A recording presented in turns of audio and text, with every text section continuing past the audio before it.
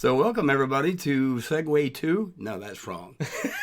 You're doing terrific. A Segway would be what you would ride on. Welcome folks to podcast 2 of My Son Edits Me. The podcast where my son edits me. So in this episode, we are going to go right back into what we did in the first episode. What we do here is pretty much tell stories. So without further ado, we're going to introduce the one, the only, the legend himself, Pops. All right, son, I hate to start this out this way, but it's necessary.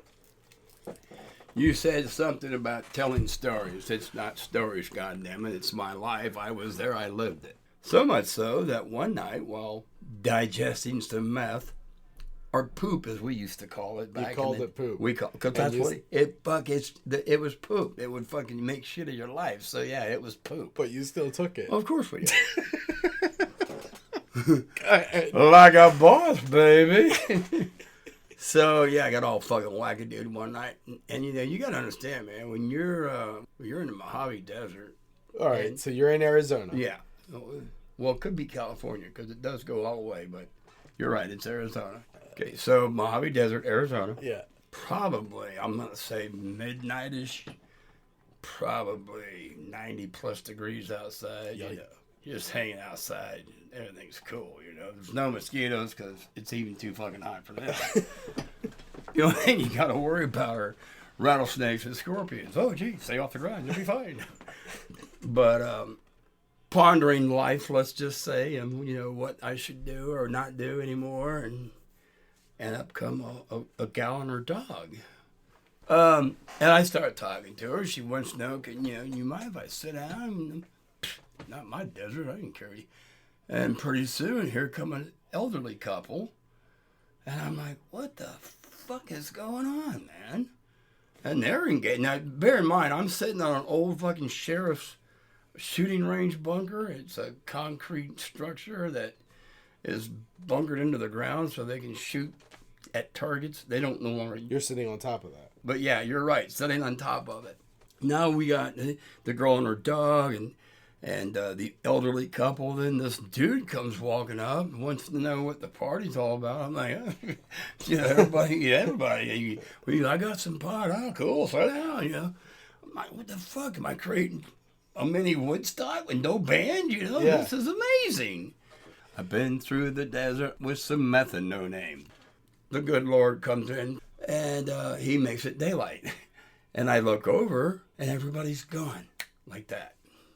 I'm like, what? And so I deduced the girl and the dog was a sagebrush and a pile of trash. That, due to my meth-encountered state of mind, I was hallucinating.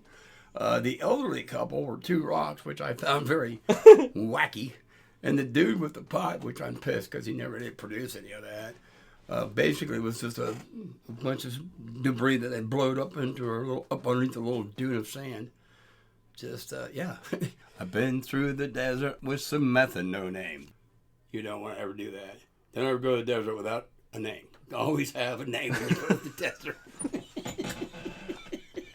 So, you want me to tell you what happened one time when I had a toothache? Not funny. I'd love to hear about what happened when you had a toothache. That's the story? It's just going to be a toothache? That's it? Well, there's a lot to it. To a toothache? Yeah. Bear in mind, you know, in the first episode, we discovered that obviously I like to party. And, you know, it doesn't really necessarily be legal or right. I just like to party. Well, it did. Not so much anymore. Too fucking old. So, yeah, I got a toothache one time, you know. Of course, dear old mom has got a bottle of liquid morphine at her disposal. Oh, Time out. Can't say it, can I? No. Liquid morphine's fine. The problem is the audience doesn't know your life. Oh, so they think my mom's a morphine junkie. Well, no, they just don't know anything about what you're saying. Oh. Let's start over. So Okay. you are staying, your mother, explain that whole Okay, situation. with so Grandma. mom, so I took care of her. So anyhow, part of the medication routine that she went through was morphine. She had at her disposal liquid morphine. Yeah, that's right. I'll say it again. Let it resonate. Liquid morphine. OMG. You got a toothache. I got a toothache, and I'm in severe pain, and it's like, I don't know, nighttime, so it's like deal with it overnight and get a dentist the next day. Dear old mom, suggests, bud, there's some morphine in the refrigerator. Why don't you try some? The nurses that come into the house professionally would direct me into what to do with it and when to administer it to her. And it was by way of eye droplets under your tongue. Right. So, fast forward now to the toothache. And dear old mom, yeah, go ahead, try some morphine, I'll guarantee. Well, I didn't know the dispense mechanism at that point in time. I found out the hard way, you might say. So this vial is like the size of a bottle of fingernail polish, let's say. I uncork it, fucking tip it back, and just, belt it like fucking it's a shot of whiskey. Shot of it?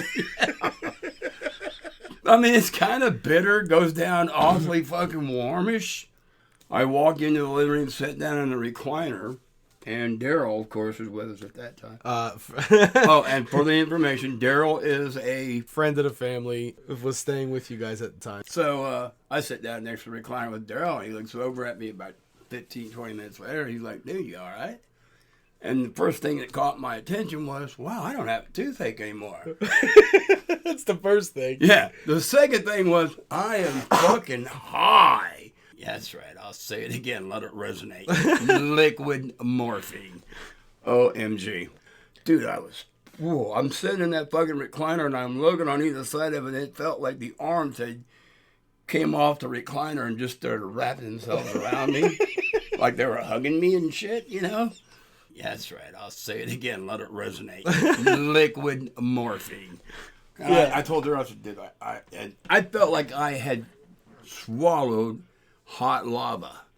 Oh my God. I cannot take enough fucking Tums. All right? Heartburn, indigestion, all it's that. Fucking terrible. And I'm assuming it's because of the fire water I drank in the refrigerator, So I go to bed on like a mouthful of Tums. Morphine is great when you've got a toothache. I wake up the next morning. And there's a Tum stuck on my forehead. There's one stuck to my jaw. I got this pool of drool that's fucking come out of my mouth onto my fucking pillow. It's all fucking like rainbow colored fucking drool because it's different flavors of Tums. So, yeah, that's right. I'll say it again. Let it resonate. Liquid morphine.